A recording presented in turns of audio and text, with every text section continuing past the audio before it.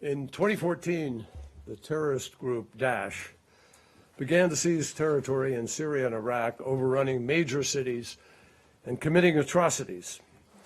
The United States responded quickly by denouncing these horrific acts and, more importantly, taking coordinated actions to counter them. In September of that year, President Obama mobilized an international coalition, now 66 members strong, to halt and reverse Daesh's momentum, and that is what we are doing. In the 18 months since, coalition airstrikes have helped to liberate Kobani, Tikrit, Ramadi, and other key cities and towns. We have pushed the terrorists out of 40% of the territory that they once controlled in Iraq and 20% in Syria. Excuse me. We have degraded their leadership, attacked their revenue sources, and disrupted their supply lines. And currently we are engaged, as you all know, in a diplomatic initiative aimed at trying to end the war in Syria. That civil war fuels Daesh, and in doing what we are doing now, we are working to further isolate, to weaken, and ultimately to defeat them.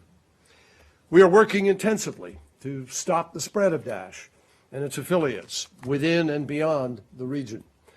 All of this constitutes an extraordinary effort by a large segment of the international community and the United States. And that effort is fully warranted by the appalling actions of the organization that we oppose. My purpose in appearing before you today is to assert that, in my judgment, Daesh is responsible for genocide against groups in areas under its control, including Yazidis, Christians, and Shia Muslims.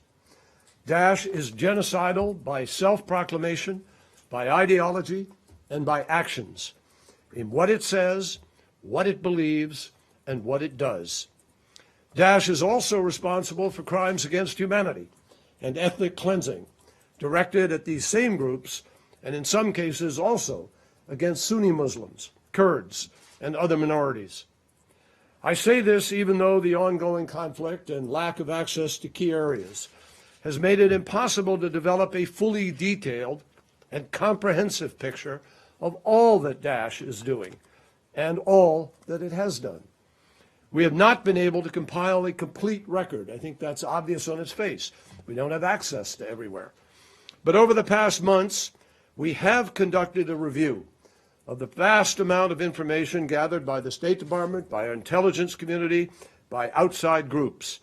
And my conclusion is based on that information and on the nature of the acts reported. We know, for example, that in August of 2014, Daesh killed hundreds of Yazidi men and older women in the town of Kocho and trapped tens of thousands of Yazidis on Mount Sinjar without allowing access to food, water, or medical care. Without our intervention, it was clear those people would have been slaughtered. Rescue efforts aided by coalition airstrikes ultimately saved many, but not before Daesh captured and enslaved thousands of Yazidi women and girls, selling them at auction, raping them at will, and destroying the communities in which they had lived for countless generations. We know that in Mosul, Qaraqosh, and elsewhere, Daesh has executed Christians solely because of their faith, that it executed 49 Coptic and Ethiopian Christians in Libya, and that has also forced Christian women and girls into sexual slavery. We know that Daesh massacred hundreds of Shia Turkmen and Shabaks at Tal Afar and Mosul, besieged and starved the Turkmen town of Amerli, and kidnapped hundreds of Shia Turkmen women, raping many in front of their own families. We know that in areas under its control, Daesh has made a systematic effort to destroy the cultural heritage of ancient communities, destroying Armenian, Syrian, Orthodox, and Roman Catholic churches, blowing up monasteries and tombs of prophets, desecrating cemeteries, and in Palmyra, even beheading the 83-year-old scholar who had spent a lifetime preserving antiquities there. We know that Daesh's actions are animated by an extreme and intolerant ideology that castigates Yazidis as, quote, pagans and devil worshippers. And we know that Daesh has threatened Christians by saying it will, quote, conquer your Rome, break your crosses, and enslave your women. Shia Muslims, meanwhile, are referred to by Daesh as, quote, disbelievers and apostates, and subjected to frequent and vicious attacks.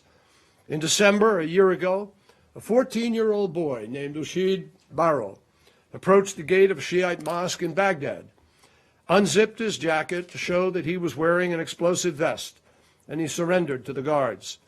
He had been recruited by Daesh in Syria and joined to serve Islam.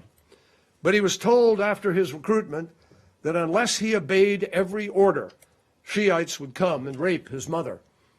Daesh said of Shias, and I quote, "It is a duty imposed upon us to kill them, to fight them, to displace them, and to cleanse the land of their filth." One element of genocide is the intent to destroy an ethnic or religious group in whole or in part. We know that Daesh has given some of its victims a choice between abandoning their faith or being killed, and that, for many, is a choice between one kind of death and another. The fact is that Daesh kills Christians because they are Christians, Yazidis because they are Yazidis, Shia because they are Shia.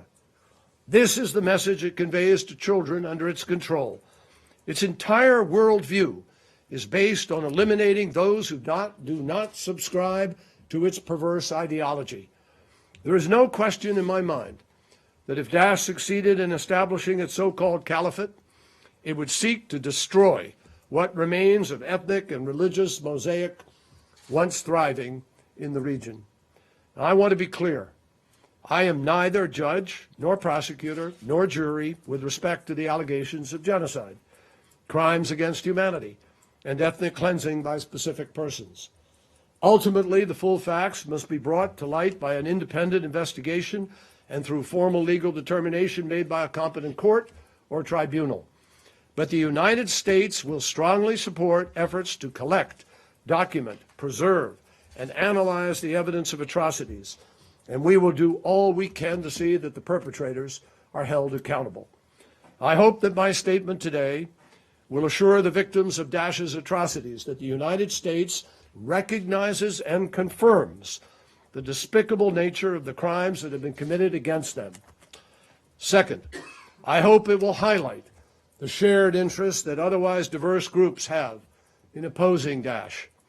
After all, the reality of genocide underscores even more starkly the need for a comprehensive and unified approach to defeating Daesh, both in its core in Syria and Iraq, and more broadly in its attempt to establish external networks.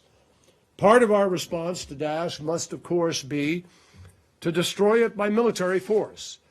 But other dimensions are important as well, and we dare not lose track of that. In the past 2.5 years, the United States has provided more than $600 million in emergency aid to Iraqis who have been displaced from their communities by Daesh. We are working closely with local authorities to assist in the recovery of cities that have been liberated and whose residents face grave challenges, both material and psychological, and people who desperately need help in rebuilding their lives. We are funding the investigation of mass graves and supporting care for the victims of gender-based violence and those who have escaped captivity. We continue to engage with the government of Baghdad to make sure that its security forces and other institutions are more representative and inclusive. And we are coordinating with our coalition partners to choke off Daesh's finances and to slow its recruitment of foreign fighters. And we are preparing for future efforts to liberate occupied territory with an eye to the protection of minority communities. In particular, the liberation of Mosul, of Nineveh province in Iraq, and parts of Syria that are currently occupied by Daesh. And that will decide whether there is still a future for minority communities in this part of the Middle East. For those communities, the stakes in this campaign are utterly existential. This is the fight that Daesh has defined. Daesh has created this. Daesh has targeted their victims. Daesh has self-defined itself as genocidal. So we must bear in mind, after all, that the best response to genocide is a reaffirmation of the fundamental right to survive of every group targeted for destruction. What Daesh wants to erase, we must preserve. That requires defeating Daesh, but it also demands the rejection of bigotry and discrimination, those things that facilitated its rise in the first place. This means that as more areas are liberated, residents will need help not only to repair infrastructure, but also to ensure that minorities can return in safety, that they are integrated into local security forces, and that they receive equal protection under the law. Our goal, after all, is not just to defeat Daesh, only to find that in a few years some new terrorist group with a different acronym has taken its place. Our purpose is to marginalize and defeat violent extremists once and for all. Now, that is not easy. We know that. As President Obama and I have consistently said, it won't happen overnight. But today I say to all our fellow citizens and to the international community, we must recognize what Daesh is doing to its victims. We must hold the perpetrators accountable, and we must find the resources to help those harmed by these atrocities be able to survive on their ancestral land.